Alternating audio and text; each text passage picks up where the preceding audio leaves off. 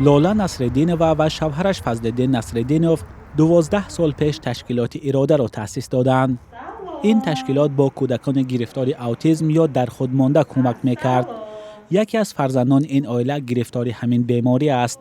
برای کمک به هم تقدیران پسرشان این عائله به فوند ساروس مراجعت کردند. دوام این همه 12 سال ما همیشه در همکاری با فوند ساروس بودیم. آغازی همه کارهای ما شروع از تشکیلات اراده، آموزش متخصصان، فنسازی، تجربه میان دیگر والدین، همکاری با مقامات، دعوت کارشناسان جهانی با دستگیری این فوند عملی گردید. ما با کمک آنها 12 لایحه را عملی کردیم و بیش از 200 درس‌های آموزشی گذراندیم. مثل اراده دوام 25 سال اخیر ده‌ها تشکیلات‌های جمعیتی و روزنامه‌نگاران تاجیکستان از فوند ساروس کمک می‌گرفتند. کمک‌های این سازمان اساساً برای رشد دموکراسی، معارف، اجتماع، تندرستی، تقویت جامعه شهروندی و روزنامه‌نگاران بود. فوند ساروس تنها در سال 2021 برای تاجیکستان 3 میلیون دلار جدا کرده است.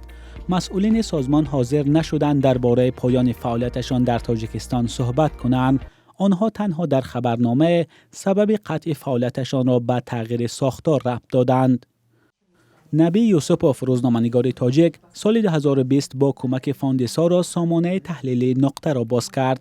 باز شدن این سامانه در روزهای بود که ده‌ها روزنامه‌نگار تاجیک در پی پاندمی کرونا ویروس جای کار خود را از دست دادند. نبی یوسپوف قطع فعالیت فوند ساروس در تاجیکستان را به تنگ شدن کار این تشکیلات در روسیه ربط می‌دهد. این کمک کلان برای رشد وسایل اخباری عامه و جامعه شهروندی در تاجیکستان بود. البته برای تاجیکستان مبلغ زیاده، مثلا برابر با قرقیزستان جدا نمیشد.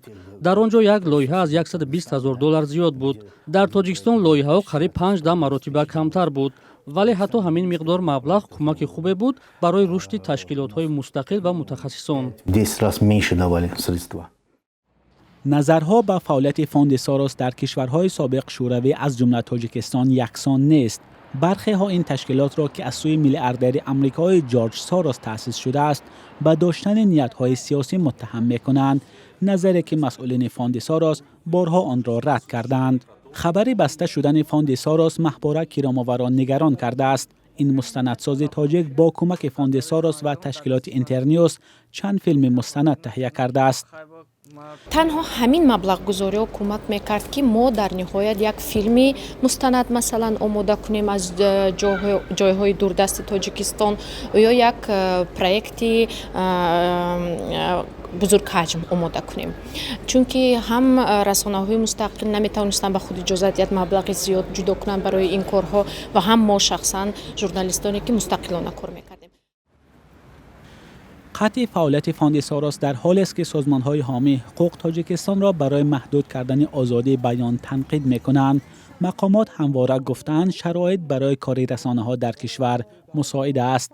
مولا رجب یوسفی، شهلای عبدالله، آزادی، دوشنبه.